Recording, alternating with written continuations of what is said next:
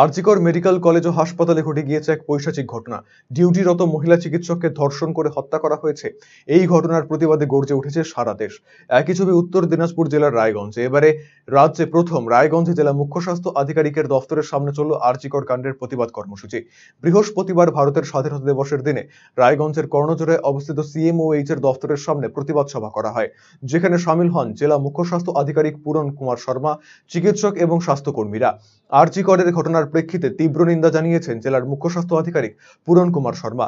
তিনি জানান, এদিন স্বাধীনতা দিবস উপলক্ষে পতাকা উত্তোলন করা হয়। এরপর আরজিকরে প্রতিবাদ জানানো হলো। চিকিৎসকদের নিরাপত্তা নিয়ে আলোচনা করা হয়েছে। আমরা আশাবাদী দোষীরা শাস্তি পাবে, তবে আমরা স্বাস্থ্য পরিষেবা চালিয়ে যাব। না, অ্যাকচুয়ালি যা হয়, আমাদের ডাক্তার, আমাদের স্বাস্থ্যকর্মীদের মনের মধ্যে ক্ষোভ ছিল। ওরা বিভিন্নভাবে প্রতিবাদ করতে চাইছিলেন, ইনক্লুডিং সিজওয়ার। ওনাদের কিন্তু বুঝিয়ে টুঝিয়ে রেখেছিলাম। তো আজকে যেহেতু একটা ছুটির দিন, আমাদের ওপিডিগুলিও বন্ধ, আমাদের সাবসেন্টার্সগুলিও বন্ধ। তো এই ছুটির দিন আমরা দেখলাম যে আমাদের যেন স্বাস্থ্যকর্মীদের যে পরিষেবা দেওয়ার কথা, ওই পরিষেবাগুলি কোনোভাবে ব্যাহত হবে না বলে ছুটির দিন সবাই বলল সবাই অ্যাসেম্বল করতে পারবে, আসতে পারবে। তাই জন্য আমরা আজকের দিনটা বেছে নিলাম। কি প্রোগ্রাম করলেন? না, বেসিক্যালি প্রোগ্রাম মেনে কি, আমাদের আজকে ইন্ডিপেন্ডেন্স ডে ফ্ল্যাগ হোস্টিং প্রোগ্রামটা হলো। ব্লক থেকে বিএমওচরা, স্বাস্থ্যকর্মীরা, ফিল্ড স্টাফরা, হসপিটাল স্টাফরা সবাই এলেন।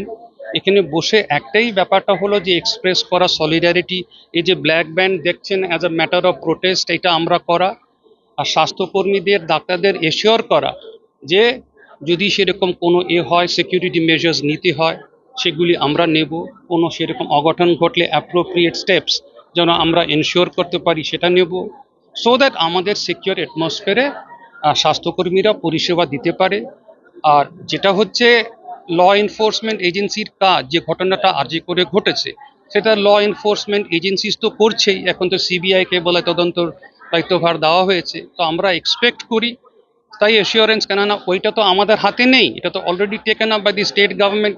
হাইকোর্টের অর্ডারে এখন তো সিবিআই ব্যাপারটা করছে। উই এক্সপেক্ট যে culprits will be apprehended and as per norm যা অ্যাকশন নেওয়া, স্ট্রিক্টেড মেজার্স নিতে পারবে, সেটাই।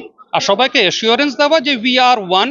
সেরকম যদি পরিস্থিতি হয়, if you have to protest in a different way, we may have to, but as of now আমরা কোনো রকম হেলথ সার্ভিসেস, কোনো রকম ডিসলোকেশন হতে দেব না। আমরা পরিষেবা চালিয়ে যাব।